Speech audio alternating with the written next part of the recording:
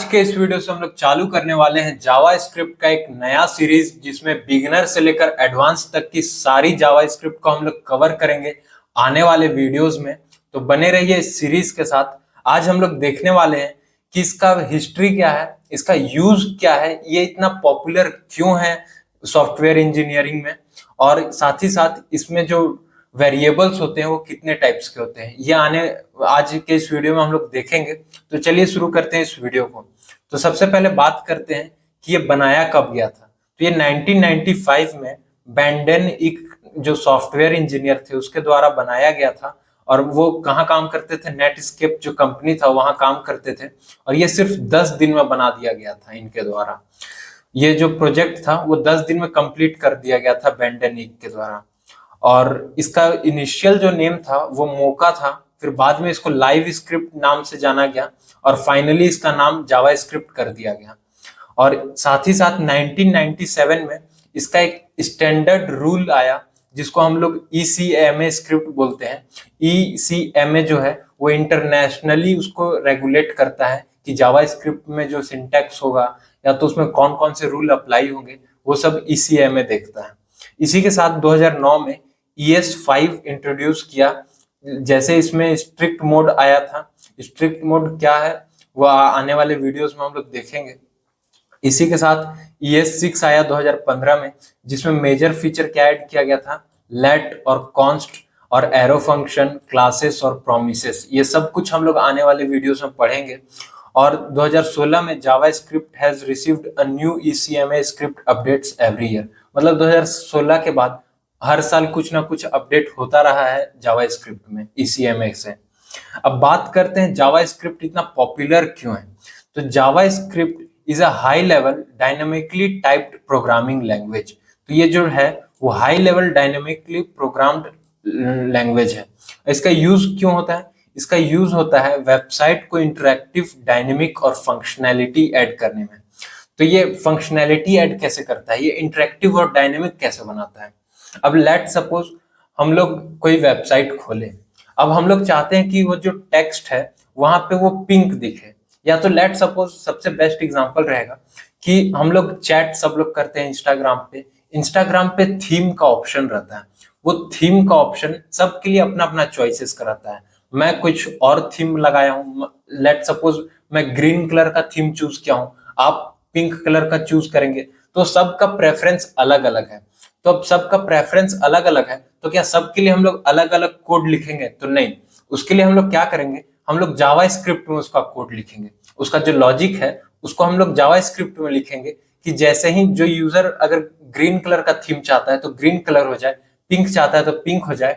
तो इस तरीका से वो इंटरेक्टिव बनाता है, यूजर इंटरेक्टिव और डायनेमिक बनाता है। मतलब सबके लिए अलग अलग कुछ कुछ हो सकता है, और फंक्शनैलिटी ऐड करता है। जैसे वो बटन दबाएंगे तो कौन सा परफॉर्म होगा फंक्शन, या तो कुछ और करेंगे, नाइट मोड ऑन करेंगे तो डार्क मोड ऑन होगा। तो ये सब उसका कौन सा फंक्शन ऐड करता है, वो जावा स्क्रिप्ट का लॉजिक ऐड करता है वो सब फंक्शन। अब बात करते हैं वेब टेक्नोलॉजीज में 3 कोर टेक्नोलॉजीज कौन कौन सी होती है। तो HTML होता है, CSS होता है और जावा स्क्रिप्ट होता है। HTML हम लोग का स्ट्रक्चर प्रोवाइड करता है, CSS जो होता है वो स्टाइलिंग प्रोवाइड करता है, और जावा स्क्रिप्ट फंक्शनैलिटी ऐड करता है।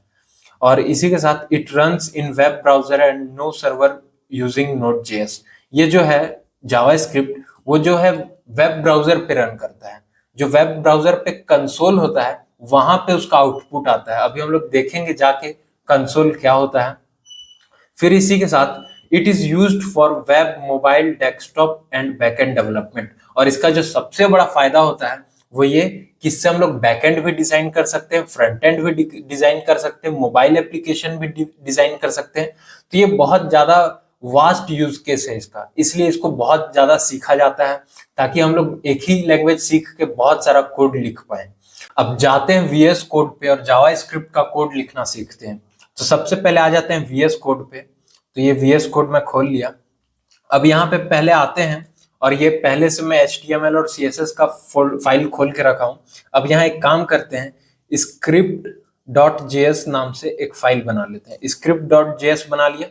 अब ये फाइल तो बना लिया, लेकिन क्या ये फाइल इसके साथ अटैच है? मतलब मैं इसमें अगर कुछ फंक्शन लिखूंगा, जैसे एक जावास्क्रिप्ट में एक फंक्शन होता है console.log, जैसे हम लोग प्रिंट करवाने के लिए पाइथन में प्रिंट लिखते हैं, सी प्लस प्लस में सी आउट लिखते हैं, सी में printf लिखते हैं, वैसे ही जावास्क्रिप्ट में क्या लिखते हैं? Console log. तो कंसोल लॉग लिख लेते हैं, console.log और ये ब्रैकेट और यहाँ पे शिवम। तो ये क्या वहां पे ब्राउजर पे शो होगा इसका आउटपुट? तो नहीं, अभी ब्राउजर पे अगर हम लोग जाके देखेंगे तो इसका आउटपुट शो नहीं होगा। क्यों नहीं होगा? क्योंकि वहां पे वो अटैच नहीं है। यहाँ पे अगर हम लोग जाके देखेंगे इसका आउटपुट, तो इसका आउटपुट देखने के लिए सबसे पहले हम लोग को राइट क्लिक करना पड़ता है और इंस्पेक्ट पे जाके यहाँ जो कंसोल लिखा है वहां पे क्लिक करते हैं। तो यहाँ लाइव रीलोड इनेबल्ड लिखा हुआ है, लेकिन यहाँ पे उसका जो कंसोल करवाए थे, प्रिंट करवाए थे, उसका आउटपुट नहीं आ रहा है। तो इसको पहले हम लोग को इस फाइल में अटैच करना पड़ेगा, दोनों फाइल को जोड़ना पड़ेगा। जैसे हम लोग ये लिंक लाइन से हम लोग CSS को जोड़े थे, वैसे ही जावास्क्रिप्ट को भी जोड़ना पड़ेगा। तो जावास्क्रिप्ट को जोड़ने का 3 मेथड होता है और उनमें से एक मेथड नया है, मॉडर्न है, एक मेथड है जो कि पुराना है, एक मेथड है जो कि सबसे बेकार है, उसको हम लोग को कभी यूज नहीं करना है। तो सबसे पहले बात करते हैं जो मेथड सबसे बेकार है उसका। तो सबसे बेकार जो मेथड होता है वो होता है कि हम लोग यहाँ हेड टैग में आए और यहाँ पे सिंपली स्क्रिप्ट लिखे और SRC में उसका जो फोल्डर फाइल का नाम है वो दे देंगे। तो ये जैसे ही हम लोग देंगे तो वो वहां पे उसका वो हो जाएगा, लिंक हो जाएगा। अभी हम लोग आके देखेंगे तो यहाँ पे शिवम लिखा हुआ है, लेकिन ये सबसे बेकार तरीका क्यों है? क्योंकि HTML कैसे चलता है? HTML लाइन वाइज लाइन चलता है। पहले ये लाइन रन होगा, फिर ये लाइन रन होगा, फिर ये लाइन रन होगा, फिर उसके बाद ये स्क्रिप्ट वाला होगा, फिर उसके बाद हम लोग का HTML का कोड रन होगा। तो इसका मतलब क्या हुआ कि अगर कोई वेबसाइट रीलोड हो रहा है, मतलब हम लोग किसी वेबसाइट पे विजिट कर रहे हैं, तो सबसे पहले कौन सा लाइन रन होगा? स्क्रिप्ट डॉट ये वाला लाइन रन होगा। मतलब क्योंकि यहाँ पे script.js का फाइल डिमांड किया गया है, तो ये फाइल पहले लोड होगा।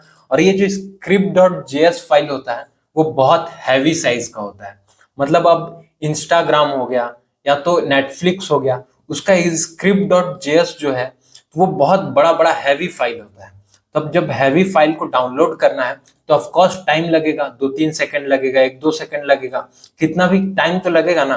तो अब जब तक डाउनलोड हो रहा है तब तक के लिए ये सब लाइन ब्लॉक हो जाएगा, रन नहीं कर पाएगा।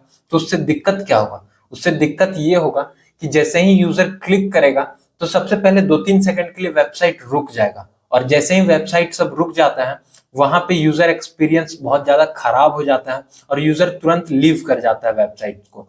तो ये करना बहुत बेकार मेथड है। तो इसको सही करने के लिए जो मॉडर्न वे है वो क्या है? तो उसका जो मॉडर्न वे है उसमें यहाँ पे हम लोग आते हैं और यहाँ पे डिफर लिख देते हैं। तो ये डिफर लिखने से होता क्या है कि ये जो प्रोग्राम है वो लाइन बाय लाइन रन करते रहता है। फिर जैसे ही वो यहाँ पहुंचता है वो देखता है कि मुझे जावास्क्रिप्ट का फाइल चाहिए, पर यहाँ पे एक कीवर्ड लिखा है डिफर। तो इससे होता क्या है, वो बोलता है कि इसको पैरेलली डाउनलोड करते रहो, लेकिन साथ ही साथ HTML को भी लोड करो वेबसाइट पे। तो दोनों काम पैरेलली चलता है, तो यूजर का एक्सपीरियंस अच्छा रहता है। और ये सबसे मॉडर्न तरीका है, जो सबसे लेटेस्ट मॉडर्न इंडस्ट्री का तरीका है वो ये है। इसी को हम लोग को यूज करना है। और इसी का एक और जो जुगाड़ बोल सकते हैं वो क्या हो सकता है कि हम लोग यहाँ पे ना लिख के इसको Ctrl+C कर लेते हैं और इसको बैकस्लैश कर देते हैं। अब क्योंकि वो लाइन बाय लाइन रन कर रहा था, तो एक काम करते हैं हम लोग HTML का कोड को रन होने देते हैं, उसके बाद जावास्क्रिप्ट का फाइल को रन करेंगे यहाँ पे। अब इसमें डिफर का जरूरत नहीं पड़ेगा क्योंकि हम लोग इसको नीचे लिखे हैं। तो होगा क्या, यहाँ पे पहले HTML लोड होगा, फिर उसके बाद जावास्क्रिप्ट लोड होगा। तो ये भी उतना अच्छा नहीं है। क्यों? क्योंकि पहले सारा HTML होगा, जब तक HTML हो भी जाएगा तो उसका लॉजिक काम नहीं करते रहेगा। क्यों? क्योंकि जावास्क्रिप्ट का फाइल तो नीचे लोड होगा, तो ऊपर लॉजिक अगर बटन दिख भी रहा है तो बटन का लॉजिक काम नहीं करेगा। क्यों? क्योंकि वो जो बटन का लॉजिक है वो script.js में लिखा है और script.js जो है वो नीचे फाइल है। तो इसलिए सबसे जो बेस्ट मेथड है वो होता है कि हम लोग यहाँ पे डिफर के साथ लिखें। क्यों डिफर के साथ लिखेंगे? क्योंकि डिफर में दोनों पैरेलली काम करता है। तो अगर बटन शो हो रहा है तो बटन का फंक्शनैलिटी भी वहां पे ऐड तुरंत हो जाएगा। ये नहीं कि बटन दिख रहा है बाद में फंक्शन ऐड होगा। तो होप करता हूं कैसे लिंक करते हैं आपको समझ में आ गया होगा। अब बात करते हैं इसमें जो है जावास्क्रिप्ट का वेरिएबल्स के बारे में। तो वेरिएबल जो होता है वो पहले होता क्या है वो समझ लेते हैं। तो सबसे पहले यहाँ आते हैं और देखते हैं कि वेरिएबल आखिर होता क्या है। तो जावास्क्रिप्ट में वेरिएबल जो होता है, जावास्क्रिप्ट में सारे में वेरिएबल क्या होता है, तो वेरिएबल होता है टू स्टोर डेटा। मतलब किसी भी डेटा को स्टोर करने के लिए जो यूज होता है वो क्या यूज होता है, वेरिएबल यूज होता है। और क्या में यूज होता है, to reuse values multiple time. मतलब एक ही वैल्यू को अगर हम लोग को मल्टीपल टाइम यूज करना है तो उसके लिए हम लोग वेरिएबल यूज करते हैं। अब यहाँ पे एक और चीज लिखा है, to make code easier to read and maintain. मतलब रीड और मेंटेन करने के लिए भी वेरिएबल का यूज करते हैं। और जावास्क्रिप्ट में 3 तरह के वेरिएबल होते हैं। सबसे पहला वेर, सेकंड लेट और थर्ड होता है कॉन्स्ट। ये दोनों लेटेस्ट मॉडर्न जावास्क्रिप्ट के पार्ट हैं और ये ओल्ड जावास्क्रिप्ट का पार्ट है। और इसका बहुत सारा खामियां भी है जिसके कारण इस आजकल हम लोग लेट और कॉन्स्ट यूज करते हैं। अभी हम लोग दोनों में डिफरेंस देखेंगे। तो सबसे पहले देख लेते हैं कॉन्स्ट के बारे में। कॉन्स्ट नाम से ही समझ में आ रहा है किसी चीज का वैल्यू कांस्टेंट। जैसे यहाँ पे क्या लिखा है, modern way value can not be reassigned after initialization. मतलब कुछ भी चीज कांस्टेंट है तो उसको एक बार इनिशियलाइज कर दिया, लेट से पाई है तो पाई का वैल्यू 3.14 अगर हम लोग डिक्लेयर कर दिए तो बाद में उसको चेंज नहीं कर सकते, वो कांस्टेंट रहेगा पूरे प्रोग्राम में। इसलिए उसको क्या बोलते हैं, कांस्टेंट। तो कांस्टेंट तो समझ में आया। अब देखते हैं कि वेर और लेट क्या क्या होता है। तो वेर और लेट क्या क्या होता है देख लेते हैं। तो ये जो वेर है वो पुराना मेथड है। तो यहाँ पे वही चीज लिखा है, इंट्रोड्यूस्ड बिफोर ES6। मतलब ES6 से भी पहले ये इंट्रोड्यूस किया गया था। और इसको कभी इंट्रोड्यूस किया गया था, 2015 में ES6 के साथ। अब इसका जो मेन डिफरेंस होता है वो ये है कि ये फंक्शन स्कोप्ड होता है और ये ब्लॉक स्कोप्ड होता है। इसका मतलब क्या हुआ फंक्शन स्कोप्ड और ब्लॉक स्कोप्ड का? इसका मतलब ये हुआ कि लेट्स से सपोज ये वेर है, तो किसी अगर वेरिएबल को हम लोग वेर के साथ डिक्लेयर किए तो वेर के साथ जैसे ही डिक्लेयर करेंगे ना तो जब तक उसका फंक्शन का ब्रैकेट है तब तक वो पूरा लाइव रहेगा, मतलब जिंदा रहेगा, उसको हम लोग यूज कर सकते हैं। लेट सपोज वो फंक्शन हम लोग लिख रहे थे और वहां सबसे ऊपर लेट यूज किए थे किसी इफ में।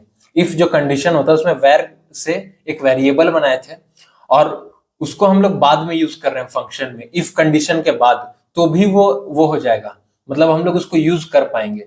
और वही चीज अगर हम लोग लेट से बनाएंगे ना तो लेट से क्या होता है, ब्लॉक स्कोप्ड।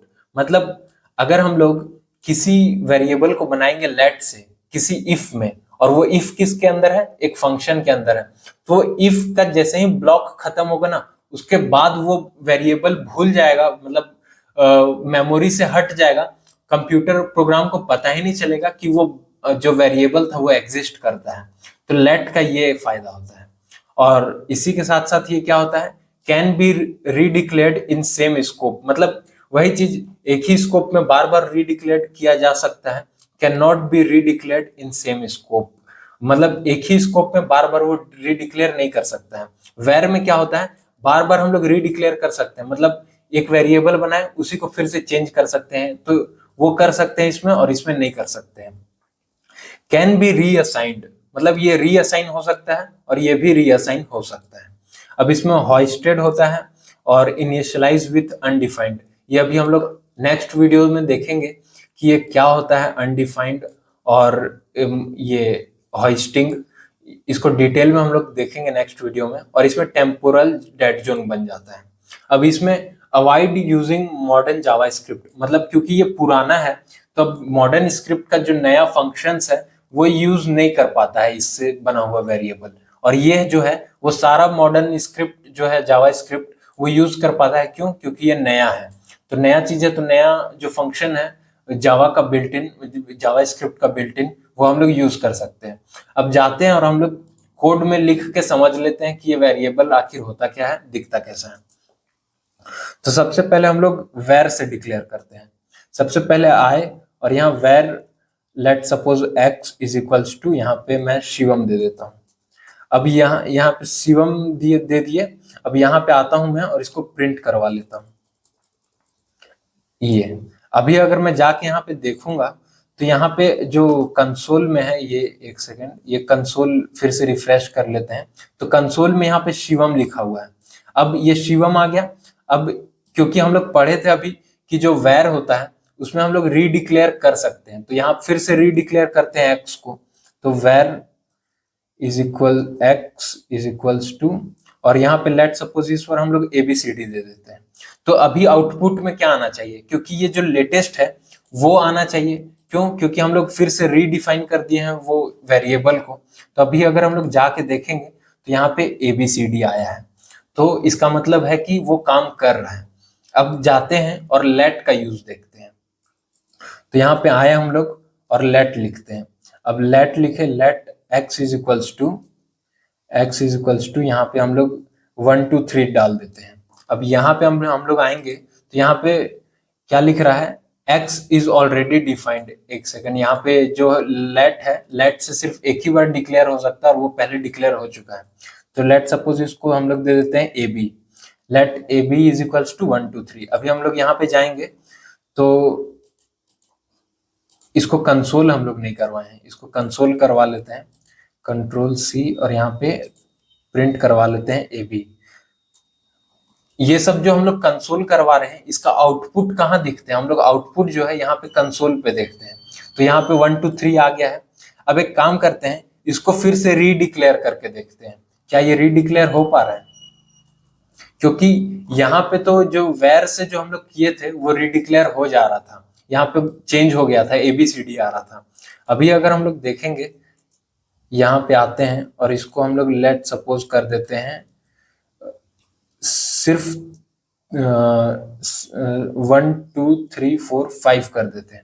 अभी अगर हम लोग यहाँ पे जाके देखेंगे तो वहां पे एरर दिखेगा हम लोग को। यहाँ पे देखेंगे तो यहाँ पे क्या लिखा हुआ है, identifier A B has already been declared at script line number इतना। मतलब इस लाइन पे जो यहाँ पे अगर हम लोग देखेंगे, यहाँ पे लिखा हुआ है स्क्रिप्ट जेएस लाइन 7 पे जो है वो रीडिक्लेयर किया गया है, मतलब ये जो है वो रीडिक्लेयर किया गया है। तो रीडिक्लेयर नहीं कर सकते, तो इसको हम लोग हटा देते हैं। अब इसी के साथ एक और चीज हम लोग पढ़े थे, कॉन्स्ट। तो कॉन्स्ट से कर लेते हैं, कॉन्स्ट पाई लिख लेते हैं।